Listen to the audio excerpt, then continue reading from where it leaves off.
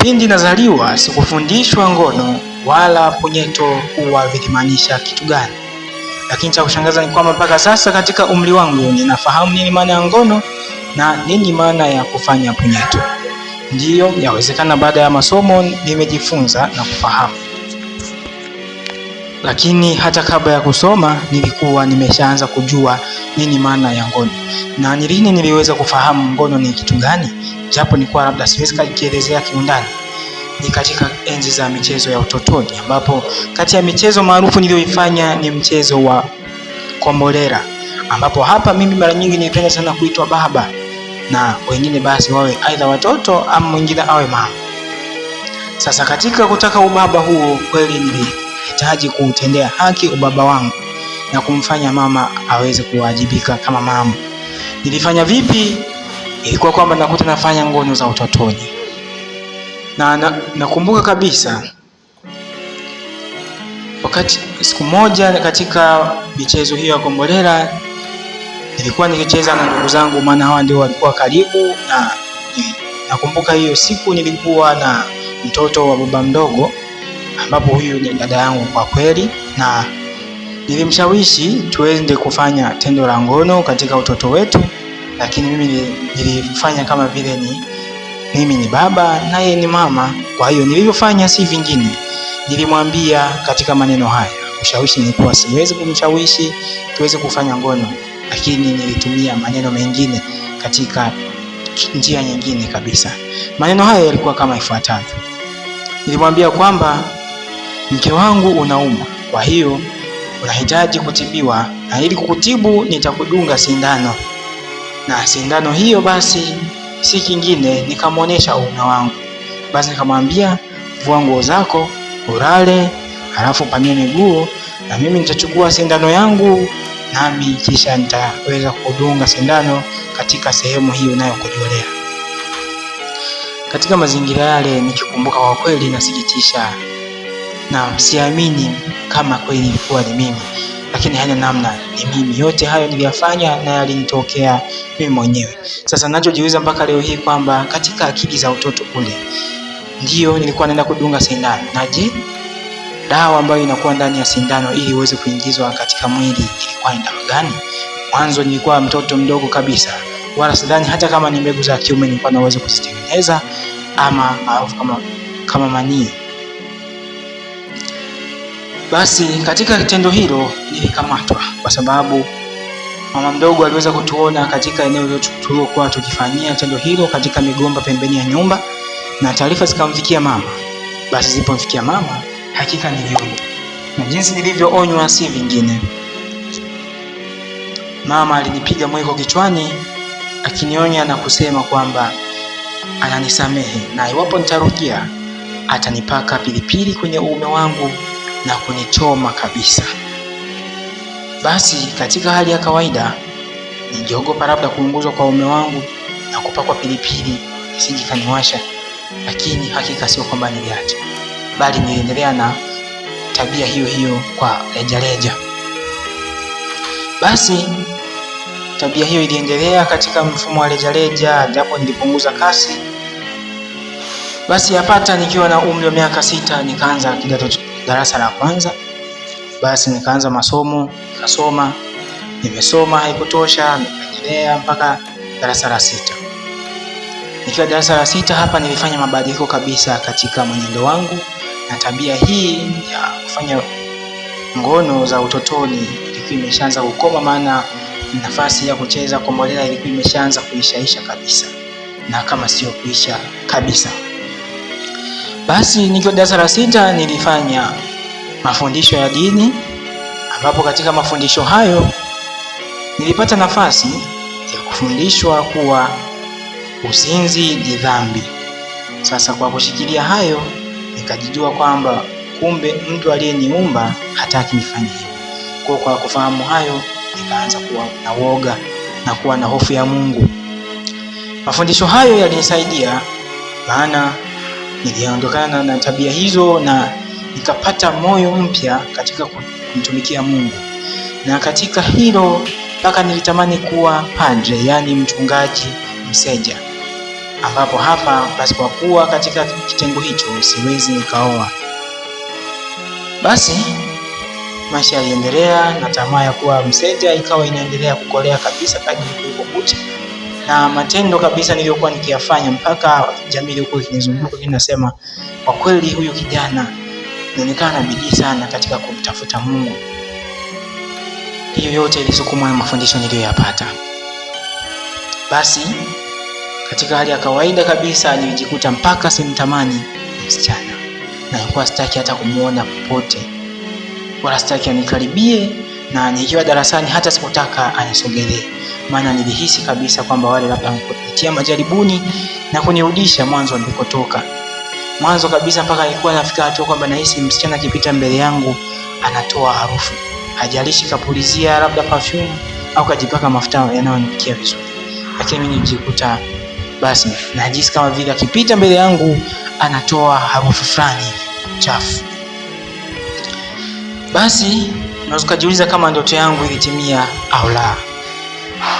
Hayawi nikafika darasa la 7 nikaanza masomo katika ngazi ya darasa la 7. Basi nikamaliza na kufanya mtihani wa taifa, nikarejea nyumbani. Nilipofika nyumbani nikasubiria matokeo, na matokeo yalikuwa mabaya kama ilivyo ada. Basi nikaanza masomo ya sekondari. Kwa bahati nzuri kabisa nilifanikiwa kwenda kusomea katika shule ya dini, na katika shule ile alikuwa padre mmoja ambaye alikuwa akihusika katika swala zima la kutoa ibada na mafundisho, lakini pia alikuwa padre mwingine aliyekuwa ndiye mlezi mkuu wa wanafunzi, ambapo huyu unaweza kumshirikisha shida zako, ama kuna kitu cha kumshirikisha basi ungemwambia aweze kukusaidia. Basi nikaanza masomo ya sekondari na nia yangu ya kuwa padre mseja ilikuwa pale pale. Masomo yakaendelea. Mwaka kwanza uliniacha salama, na nakumbuka kabisa katika mwaka wa kwanza, na maanisha nikiwa kidato cha kwanza, padre mkuu aliyekuwa mkuu wa shule aliniuliza, "Je, wewe wataka kuwa nani baada ya kusoma?" Nami kwa ujasiri nikamjibu nikisema kuwa nataka kuwa askofu.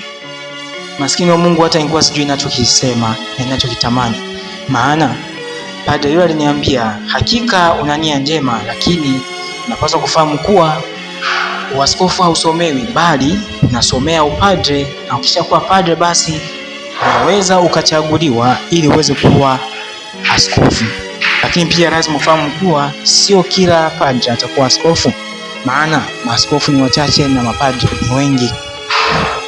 Basi nikawa nimefunguka akili kuhusiana na hilo, lakini ndoto yangu kuwa padre ikabaki pale pale. Basi nikaingia mpaka kidato cha pili. Hapa kidogo mwaka huu haukuniacha salama. Mwanzoni mwa mwaka nikiwa kidato cha pili nilikuwa kabisa na nia ile ile, lakini katikati ya kidato cha pili tamaa ya kuwa padre na mseja ikaanza kupotea kabisa, mpaka sikuamini. Nilianza kuwatamani wasichana, kitu ambacho nilikuwa nashangaa, na nilikuwa sioni shida kukaa na msichana kwa muda mrefu tukaongea, nilikuwa sioni shida. Huko mwanzo kabisa nilikuwa mpaka sipendi nikae na msichana. Hapo ikawa ni changamoto ya kwanza, na kadri kulivyokucha tamaa ya kuwa padre iliishiria kabisa. Hatari ilikuwa zaidi mwishoni mwa kidato cha pili, mwezi wa 9. Nakumbuka ilikuwa mwishoni mwa mwezi wa 9, ambapo basi nilikuwa natoka mazingira ya darasani kuelekea mazingira ya bwenini ili niweze kuoga. Sasa katika kupita kwangu nikakutana na wanafunzi wawili wa kiume wanafanya mazungumzo yao. Nilikuwa sitembei haraka, nilikuwa natembea polepole, lakini pia nikawa najikuta na wasikiliza wanayosema. Sasa miongoni mwa niliyoyasikia hayo ndio yaliyoniponza. Wale mwingine wanasema kwamba labda ni umbea wangu uliniponza. Niliyoyasikia ni kama ifuatayo. Kijana mmoja ama mwanafunzi mmoja nisikia kumwambia mwenzake kuwa unapoingia bafuni unashika uume wako, unapaka sabuni nyingi sana, na ukishapaka sabuni nyingi unaweka maji kidogo, unaruanisha kidogo, alafu unaanza kufikicha uume wako huku kiusukuma mbele na kurudisha nyuma katikati ya viganja ama katikati ya vidole vyako, na hapo utapata msisimko mkubwa. Hebu jaribu leo ufanye, halafu utakuja uniambie majibu.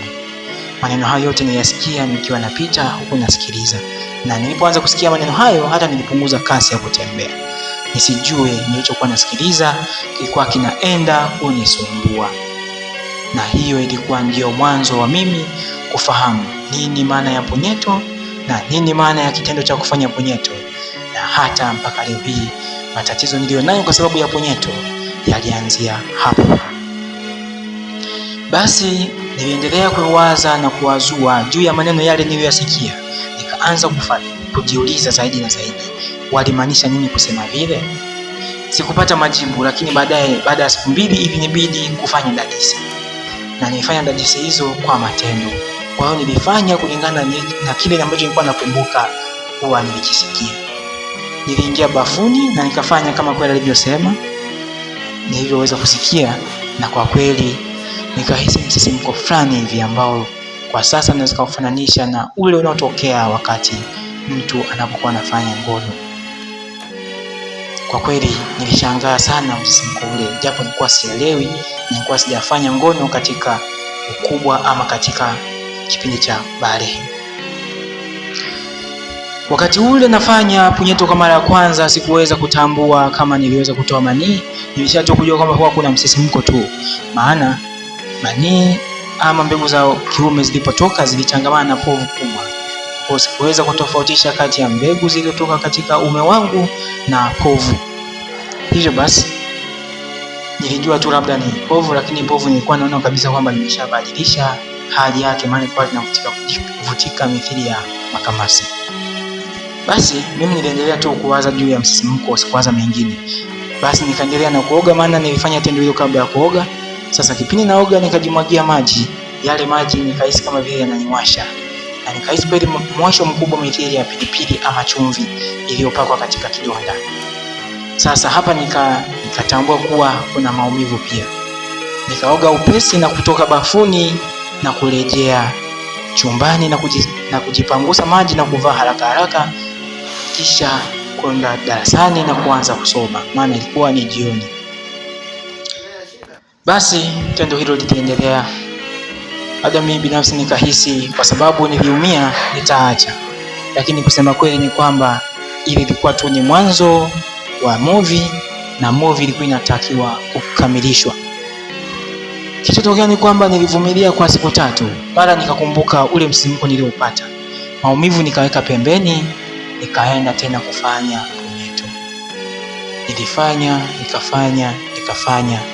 Ikafika hatua ikawa dozi kabisa, asubuhi, mchana na jioni. Yaani asubuhi kabla sijaenda darasani nafanya, na mchana baada ya chakula cha mchana ninaenda chooni, na nikifika chooni basi ninafanya na punyeto huko, na jioni nikienda bafuni kuoga lazima nifanye punyeto. Kwa hiyo kama vile yani ni tiba fulani huko nilikuwa najiuliza, na nikawa teja wa kufanya punyeto. Basi hiyo kutosha, nikasubiria, nikaendelea, nikamaliza kidato cha 2 kwa kufanya mtihani wa taifa. Nikaenda nyumbani, nikarejea, nikaanza kidato cha 3. Kidato cha 3 kikaisha, nikaenda mpaka kidato cha 4. Kuja kufika kidato cha 4, hali ya kufanya punyeto ilikuwa imeendelea, na tamaa ya kuwa padre ilikuwa imeishaishiria kabisa. Ninawaza tamaa ya ngono, maana kufuatia msisimko nilikuwa naupata wakati wa kufanya punyeto, nilikuwa najaribu kufananisha kwamba nikiwa na mke wangu nitakuwa napata msisimko gani. Basi nikamaliza kidato cha 4. Shida nyingine ikaja. Niliwaza jinsi nitakavyomwaga yule mkuu wa shule ambaye alikuwa ni padre, na mwanzo nilimwambia kuwa ninahitaji kuwa padre. Sasa niliogopa kwamba nitakapoenda kumwaga ataniuliza, je, nia yako ya kuwa padre iko pale pale au umeshasitisha? Sasa katika hofu hiyo basi nilisita kidogo kwenda kumwaga, lakini baadaye nafsi nyingine kaniambia naenda uage kisha uende kwenu. Nikaenda nikamwaga padre. Bahati nzuri hakuniuliza kama ninahitaji kuendelea na upadre. Basi nikarudi nyumbani. Nilipofika nyumbani tabia yangu iliendelea pale pale, lakini katika kunitazama usingeweza kujua, na mpaka leo hii ninapozungumza, kabla matukio ya kunipata hajanipata, hakuna ambaye aliwahi kujua. Basi nimeona kana neno kama mimi mcha Mungu, tena na sala zikiwepo na kuwa mbele kabisa kuziongoza na kusali, lakini kwa kweli punyeto ilikuwa kama dozi kila siku na kila mara. Basi nikasubiria na matokeo ya kidato cha 4. Yale matokeo ya kidato cha 4 na yenyewe hakuwa mabaya, yakaja nami nikapata nafasi ya kwenda kidato cha 5 na cha 6. Sasa katika kusubiria kuchaguliwa na serikali ili kuendelea na masomo ya kidato cha 5 na cha 6, yule padre aliyekuwa mkuu wa shule niliyomalizia kidato cha 4 alinitaarifu kuwa ninapaswa kwenda kujiunga na masomo ya seminari ndogo, ambapo katika seminari hii wanaandaliwa vijana ambao wanatarajia kuendelea na masomo ya upadre. Basi kuna mimi, kwa sababu nilikuwa nimeshampatia nia yangu, ilikuwa ni wazi kwamba basi na mimi naenda kuwa padre. Kwa hiyo nilihitaji kuandaliwa, na ndio maana akafanya mpango ili niweze kwenda seminari na nikapikwe vizuri kabisa. Kumbe maskini wa Mungu, mimi nia yangu ya kuwa padre ilikoma kitambo kabisa. Basi padre yule akanifanyia mpango huo, japo mimi binafsi nilisita, maana nilijua kilichomo ndani yangu. Basi ikabidi nifuatane na hali ile, kwa sababu nafsi iliniambia tu niende hivyo hivyo seminari nikasome, yamkini ile nia ya kuwa padre ikaja ikarudi, japo nilikuwa nimetawaliwa tayari na punyeto na tamaa ya kuwa na mke, yani kuishi maisha ya ndoa. Basi nikafuata yale maelekezo yote, nikaendelea na maandalizi. Basi hapa muda si muda, mwezi wa 7 mwanzoni nikaenda kuanza kidato cha 5 katika seminari. Nilipofika nilijitahidi kumwomba Mungu anisaidie, kama kweli ninatakiwa kuwa padre niwe padre kweli, na kama mimi sitaraji kuwa padre na nisiwe kweli. Lakini pia nilimwomba aweze kunifanikisha katika masomo yangu, japo tabia ya kufanya punyeto ilibaki pale pale na haikuisha hata siku moja. Basi kwa sababu nilikuwa shakuwa teja, sikuwa na namna, ilinipasa nibaki hivyo hivyo kufanya punyeto. Basi nikaendelea na maisha ya seminari, nikasoma na nikahitimu kidato cha 6. Cha kushangaza ni kuwa hata nilipomaliza kidato cha 6 nilitunukiwa cheti cha mtu aliyekuwa na moyo wa sala, yani kwamba nilikuwa napenda kusali sana. Basi japo nilikuwa napenda kusali sana, lakini nilikuwa nafahamu nini kilichokuwa moyoni mwangu. Wakawatangaza wale waliokuwa wanatarajia kuendelea na upadre, lakini mimi sikuendelea. Kwa hiyo nikawa nimekumbwa na changamoto hiyo, mimi sikuendelea na upadre, wengine wakaendelea. Nakumbuka mama mzazi alihudhuria mahafali, akawashuhudia wengine wakiendelea kuwa mapadre, lakini mimi sikuendelea kabisa, nikakatisha. Lakini uzuri ni kwamba nilikuwa nishamtaarifu mwanzo kabisa kwamba mimi nia yangu ya kuwa padre imeshaisha kabisa, japo niko seminari. Basi masomo ya seminari na yenyewe yakaisha hivyo kidato cha 6, ikabidi nirudi nyumbani na kusubiria matokeo nione kama je nitaweza kufuzu kwenda chuo kikuu au la. Mungu si athumani, nikajaliwa matokeo mazuri na hivyo kuniwezesha kuendelea ngazi ya chuo kikuu. Sasa nilipofika chuo kikuu ni kwamba hatua ya kimasomo ilikuwa juu kabisa, lakini pia hata hatua ya kufanya punyeto hapa ilikuwa zaidi kabisa. Yaani na yenyewe ilikuwa kama vile imepanda chuo kikuu. Kwa namna gani? Ni kwamba hapa kwa sababu nilikuwa na uwezo wa kutumia simu muda wote ninapojisikia. Wakati mwingine nikiwa darasani, wakati mwingine nikiwa niko hostel, basi nikawa nachukua simu yangu na kudownload ama kupakua video za uchi ama za kufanya ngono maarufu kama X katika mitandao na kuzitazama. Na kila nilipokuwa nikizitazama, na mimi nilikuwa ninajaribu kuigiza wao wanachokifanya, mimi huko nafanya punyeto. Yaani wao wanafanya tendo la ngono, ni mume na mwanamke wanafanya ngono, lakini mimi ninafanya punyeto. Tena nakumbuka mpaka nilikuwa nashindana nao kwamba mwanaume atakapomaliza kutoa mbegu zake za kiume, yani kumaliza tendo la ngono, na mimi niwe nimetoa mbegu katika uume wangu. Hakika unaweza kujiuliza ni hali gani ambayo nilikuwa naipitia nikiwa katika ngazi ya chuo kikuu. Inasikitisha, lakini sikuwa na namna, kwa sababu ndio hali ile ilikuwa ikinipitia. Na kwa kweli mpaka nilikuwa hata sioni umuhimu wa kumshikisha mtu yeyote, kwa sababu nilikuwa naamini katika hili. Lakini pia nilikuwa sioni umuhimu wa kuwa na mwanamke yeyote au binti yeyote, maana nikiangalia wanachuo wengi walikuwa na mabinti pembeni, tena wengine wanakuja nao chumbani kwangu napolala, lakini ile kunitia hamasa kuachana na punyeto eti nikatafute wadada. Tena ukizingatia ni kwamba wadada wengi walikuwa wakipenda pesa, na mimi nilikuwa ni mgumu, sitaki kutoa pesa. Kwa hiyo nikaona kuliko nianze kujihangaisha na wadada, ni heri nijihangaishe na kufanya punyeto. Nikadownload videos huko niangalie picha za uchi, na hizo videos za uchi na mimi huko nikifanya punyeto. Basi nikaridhika katika maisha hayo. Nakumbuka nilisoma hata saikolojia ambayo ilikuwa inafundisha kuwa kwa namna gani unaweza kumfanya mtu aweze kuondokana na tabia mbaya na kuanza tabia nzuri. Lakini masomo hayo hayakunifaa kitu, ikapita kabisa, kama ambavyo upepo unaweza kupuliza upande mmoja kwenda mwingine, mfano mashariki kwenda magharibi. Ikapita hivyo, nami nikaendelea na kazi yangu ya punyeto. Mwaka wa kwanza ukapita, mwaka wa pili ukapita, mwaka wa tatu haukuniacha salama. Nikiwa mwaka wa tatu kidogo nilipata changamoto, ambapo yafuatayo yaliweza kunipata. Kwanza kabisa, nilipojaribu kutazama videos za uchi na kufanya punyeto, nilikuwa nashindwa kufikia hatua ya kuanza kutoa mbegu za kiume.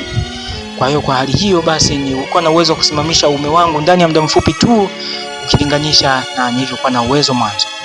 Kwa hiyo nilikuwa siwezi kufikia hatua ya mwisho. Hiyo ikawa ni kitu cha kwanza. Lakini kitu cha pili ni kwamba ile hamu ya kufanya punyeto ikawa inapungua muda si muda.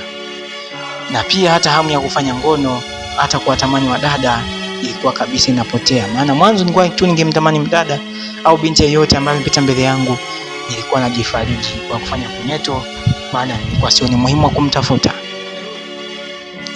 Basi hiyo ikapita. Mwaka wa tatu ulipita namna hiyo. Basi yapata mwaka wa 4.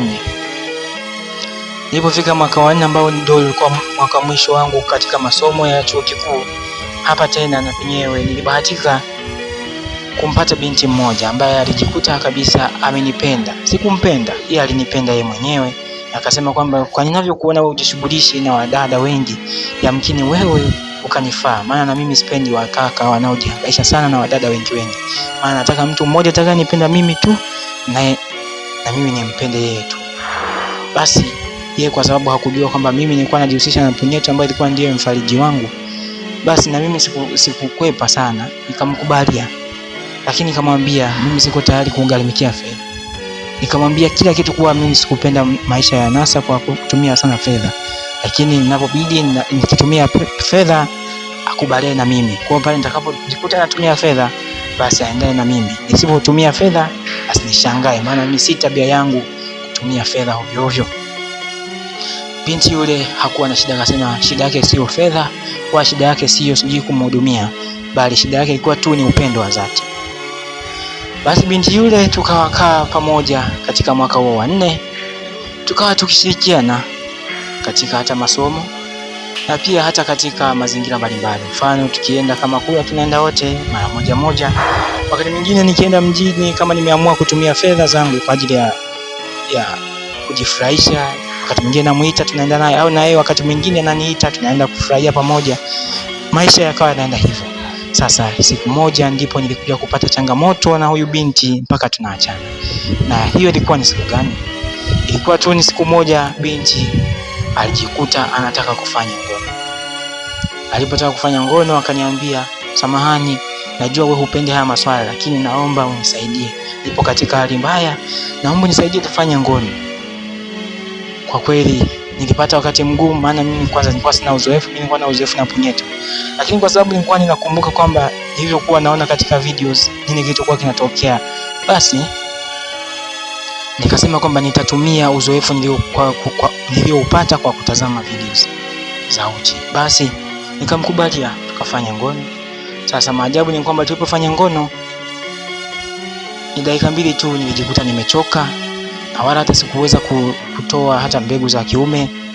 Basi kufuatia hayo binti akabaki, sasa mbona sihisi chochote? Akaanza kulalamika akiniambia kwamba haisi chochote, na wala akasema kwamba hafurahi. Sasa ananiambia hafurahi na haisi chochote, huku mimi mwenyewe nimeshachoka na sina uwezo wa kuendelea na tendo hili. Nikamwambia samahani, mimi nimechoka na siwezi kuendelea na tendo hili. Binti yule alianza kulia, akakasirika, akasema mbona unanifanyia hivyo? Yeye akijua kwamba mimi nafanya makusudi. Nikamwambia mimi sina uwezo huo, nimeshindwa, nimeshachoka kabisa hapa, siwezi kuendelea. Akasema hakika yamkini unafanya makusudi ama kwa sababu hutaki kufanya hivi. Nikamwambia sio kwamba sitaki kufanya hivyo, nakwambia hivi nimechoka, naomba nielewe, mimi siwezi kuendelea na tendo hili. Basi binti akakasirika, akaumia sana kwa kufanya vile, na baada ya muda ule alianza kuachika pole pole. Upendo wake kwangu ulianza kupungua siku moja baada ya nyingine. Basi nikaanza kutambua kabisa kwamba hakika huyu binti nilimkwaza na hakika yamkini hataki tuendelee katika mahusiano. Basi mimi nikakaa kimya, sikumuongelesha. Lakini aliponiongelesha tuliongea vya kawaida, lakini nikaona kabisa kwamba jinsi alivyokuwa anaongea mwanzo kabla hajanishawishi tufanye tendo la ngono ilikuwa ni tofauti kabisa na jinsi ambavyo alianza kuongea baada ya kushindwa mimi kumtimizia haja yake ipasavyo.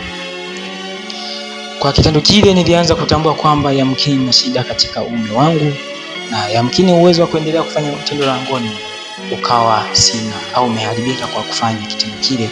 Maana nilianza kukumbuka kwamba ilifika hatua kwamba siwezi hata nikafanya punyeto kwa kasi kubwa kama ilivyokuwa mwanzo. Basi kwa kutambua hayo, niliendelea kujitafiti mwenyewe nini shida zaidi.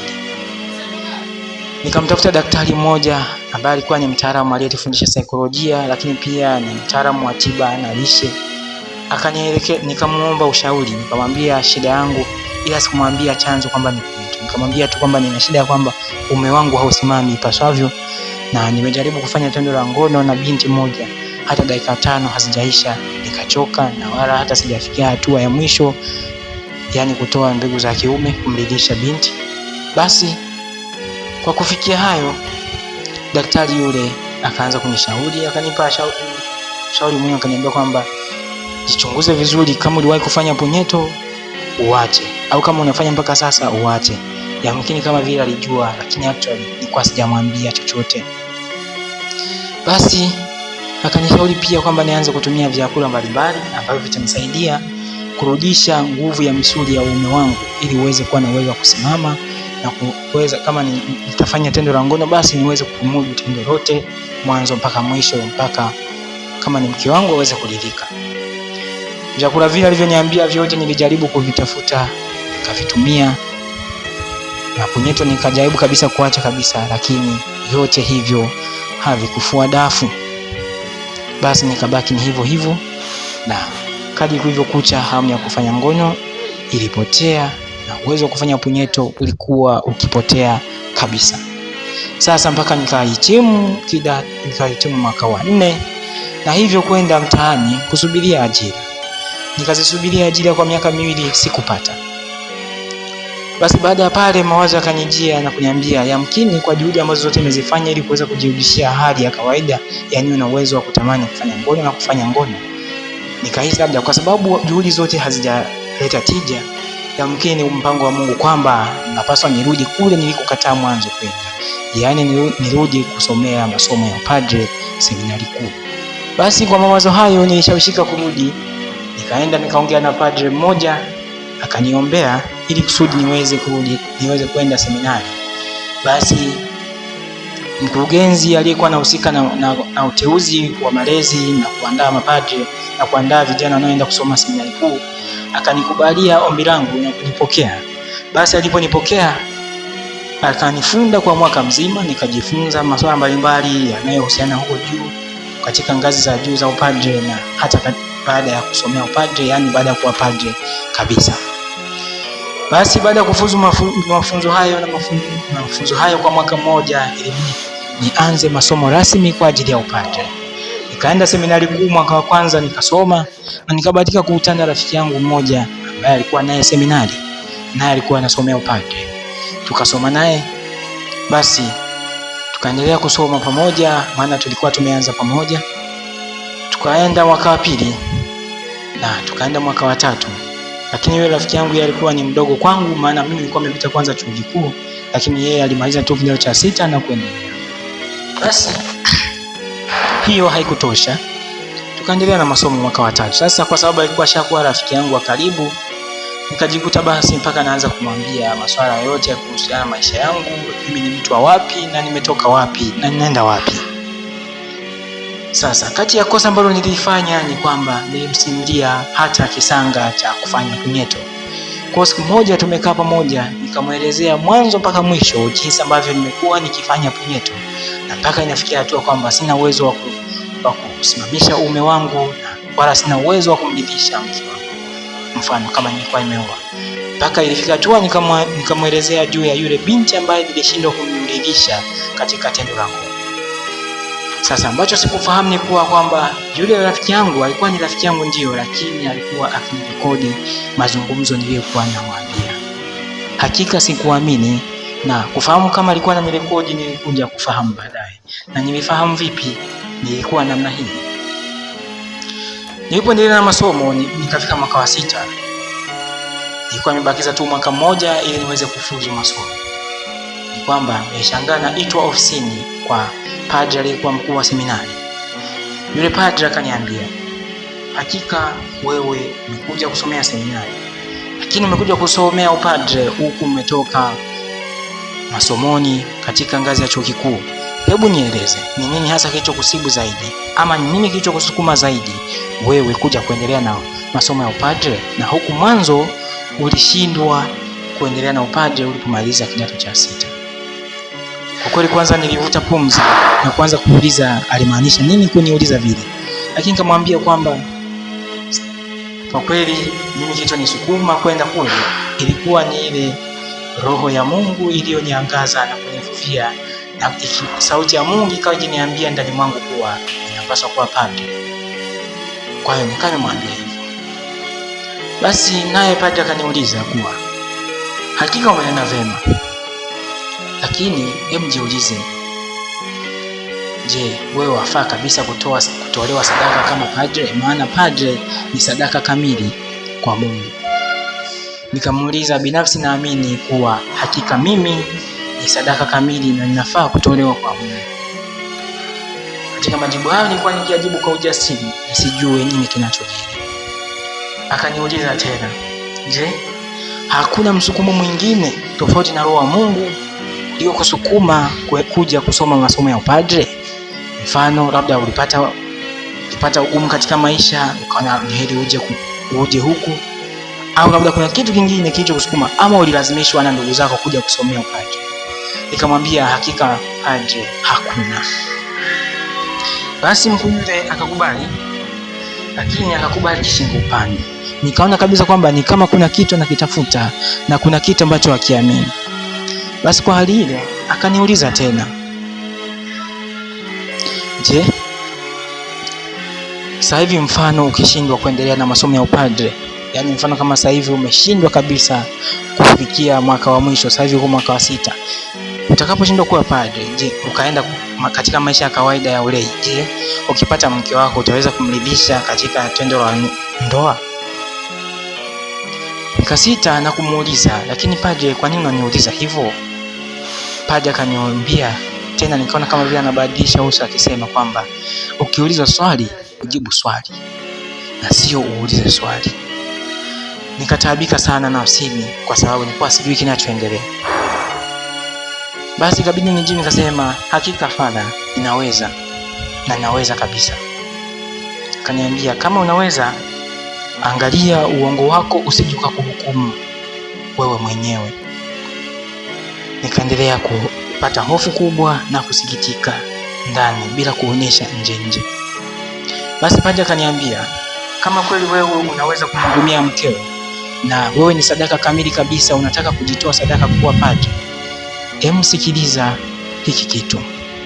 Mara akachukua simu yake akafungua ile audio niliyorekodiwa kipindi nafanya mazungumzo na rafiki yangu.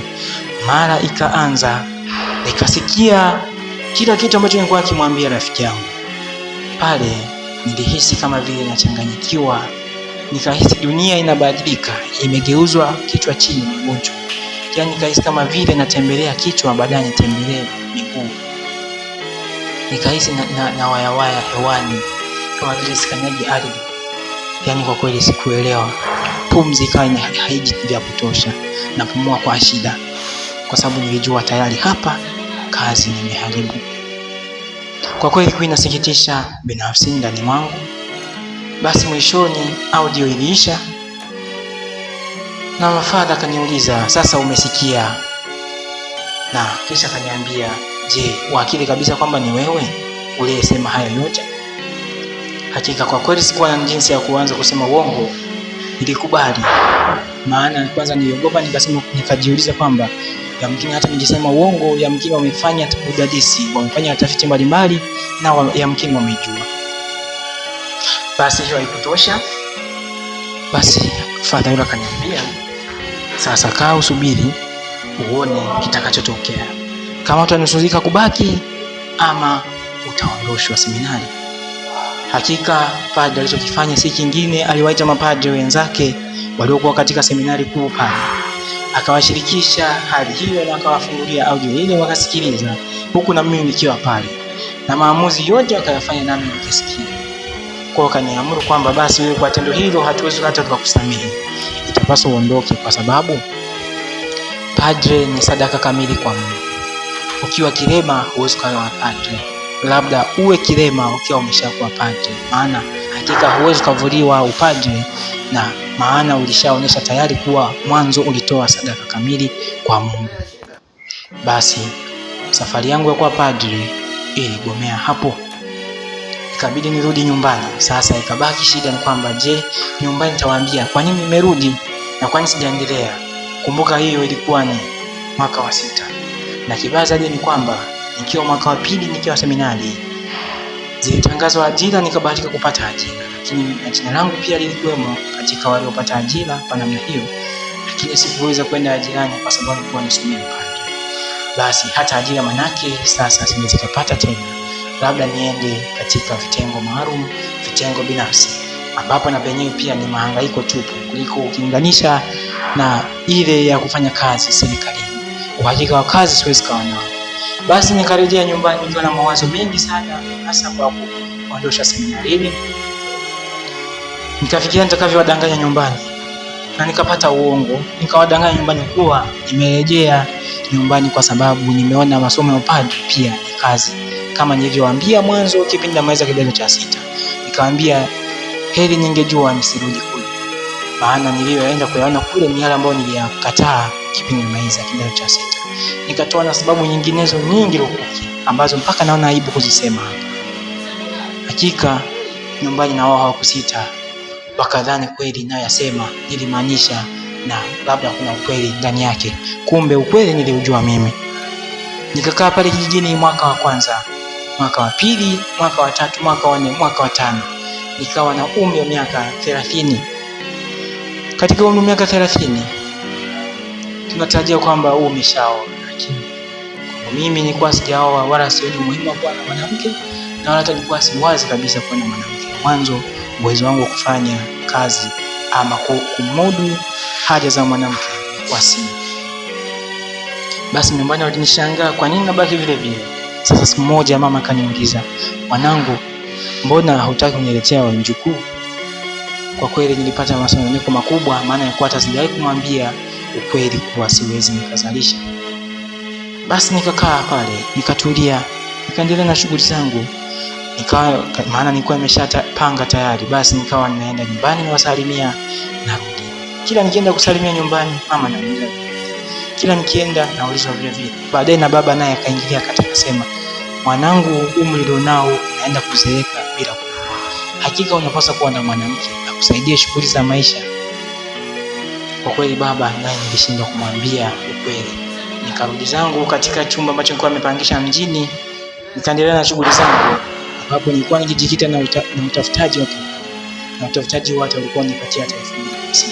Nilikuwa nikifanya faida kubwa sana, basi ni 1500, lakini pia napata hata fedha ya kula. Maana nilikuwa naweza kutunza akiba 1500 tu.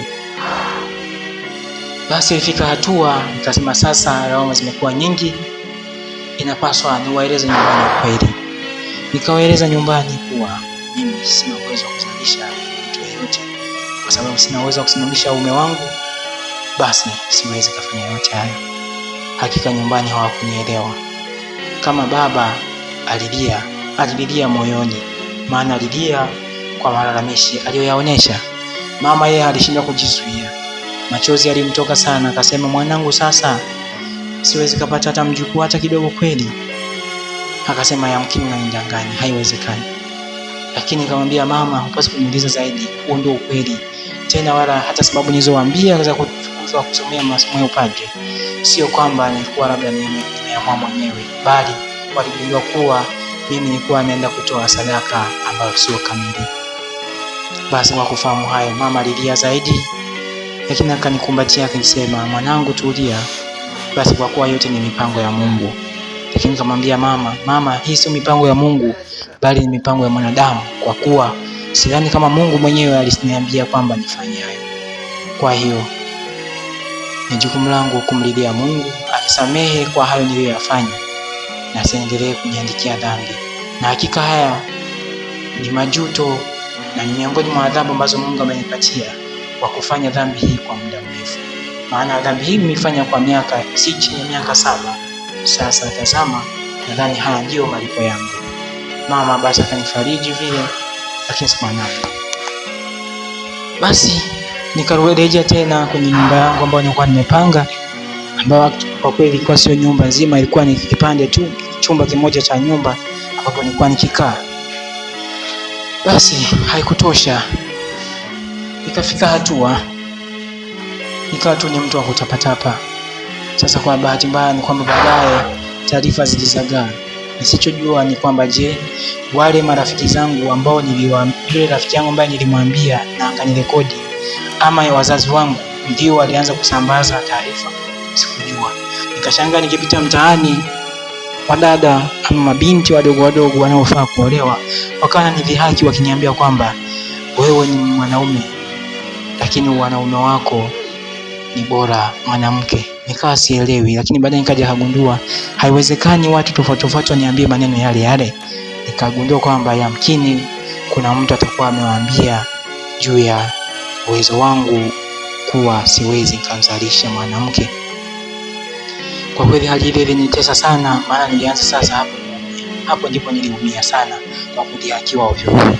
Baadaye hata ndugu jamaa marafiki wakajua shida yangu, na basi na wao wakaanza tena na wao kunidhihaki pembeni, wakiwa wananiambia kwamba sasa wewe ni mwanaume gani ambaye hata uwezo kuleta mtoto, upadre haupo, kwenye ndoa haupo, tukuweke wapi?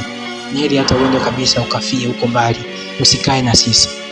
Basi nilianza kuumia sana zaidi na zaidi, nikasononeka. Na sasa majuto yangu ni kuwa mimi si kitu, mke sina, watoto sina, upadre sina chochote mimi hapa duniani. Nasubiria tu mauti yaje anichukue nipumzike hizi shida. Na hofu yangu ni kuwa Mungu atanisamehe? Na kama atanisamehe nitashukuru, lakini asiponisamehe basi mimi ni mtu wa kuangamizwa huko ahera. Basi hilo ni simulizi alikuwa akitoa ushuhuda. Sasa wewe kama kijana ukajiuliza, mwenzetu hapa ambaye alikuwa akisimulia alifikisha umri wa miaka 30 hajaoa, na hata mpaka nakufa hata kuja kuoa, kwa sababu uwezo wake wa kusimamisha uume ulishaharibika, kwa sababu alitumia jitihada zote kurudisha hali yake ya mwanzo, alishindwa. Na hii ni kufuatia kwamba kasi aliyokuwa nayo na hali ya kwamba alikuwa anafanya punyeto kwa kasi kubwa na kwa marudio sana, na hivyo kuweza kupoteza uwezo wake wa kutanuka na kuzinyaa kwa misuli ya uume. Sasa inawezekana na wewe uliyenisikiliza kwa namna moja ama nyingine unamfahamu mtu anayefanya hivi, au hata wewe mwenyewe ni mhusika moja kwa moja kama wewe kijana. Hakika jitazame, yamkini ukajukamkia huko. Sasa kabla hujafika huku, jitahidi epukana na changamoto hiyo. Ni heri utafute dada atakaye kuridhisha, ama atakaye kufanya wewe ujihisi kwamba basi huhitaji kufanya punyeto, awe na kuridhisha huyo. Lakini pia kumbuka, kama kweli wewe unamwamini Mungu wako, hakuna sehemu ambapo inasema kwamba unapaswa kuwa na mwanamke ama kuwa na binti ambaye si mke wako. Na unapokuwa na binti au mwanamke ambaye si wako, unapaswa kufanya naye. Sasa ni heri uvumilie, usubirie utakapopata mke wako ili uweze kumfurahia. Hakika ukimwomba Mungu wako unayemwamini, kama ni miungu basi unayoiamini, hatukiomba ikusaidie, utaepukana na tamaa hizi mbaya. Maana tamaa za ngono ndizo huwapeleka watu kubaya. Maana pia hata katika kufanya ngono, hata usipofanya punyeto, kuna maradhi mbalimbali ya zinaa kama ukimwi. Sasa ukimwa ukimwi utaisha. Lakini pia kuna homa za ini ambazo huwa ni ngumu pia kutibu, ambazo zinatokana na kuambukizwa kwa ngono zisizo salama. Kwa kuepuka yote, ni heri uwe mtumishi mwema, umtumikie Mungu wako vyema, na kama ni mimi wako itumikie vyema.